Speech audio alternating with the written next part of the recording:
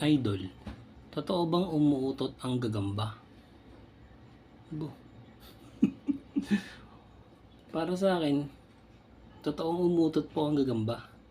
Dahil malimit kong marinig yan sa labanan eh. Kapag ka naglalaban ng gagamba. Kunyari, nagbakal na yung gagamba sa stick, nagbakal na dito. Malimit kong marinig yan, tapos yung gagamba nila nasa taas, yung gagamba nung matapang nasa baba. Sasabihin ng mga gagambang duwag na nasa taas, sabihin ng may-ari, iutot mo, iutot mo, iutot mo. Hanggang sa iutot nga ng gagamba, bumagsak yung gagamba ngayon na matapang.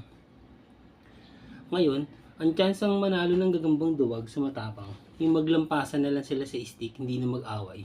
Yun, doon malimit manalo ang mga gagambang umutot. Kapag yung sa laban, kasi sa amin, rules sa Cavite, pag nakaisang bagsak, dalawang lampas, panalo na yung kahit duwag. Yun. Yun po yung sinasabi nilang umuutot ang gagamba.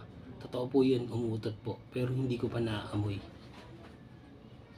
Naririnig ko lang sa labanan yun pero sa akin hindi pa nangyayari. Sa mga naririnig ko lang malimit, iutot mo, iutot mo. Yun ang sabi nila. Yun lamang po, Idol Ryan. Peace out.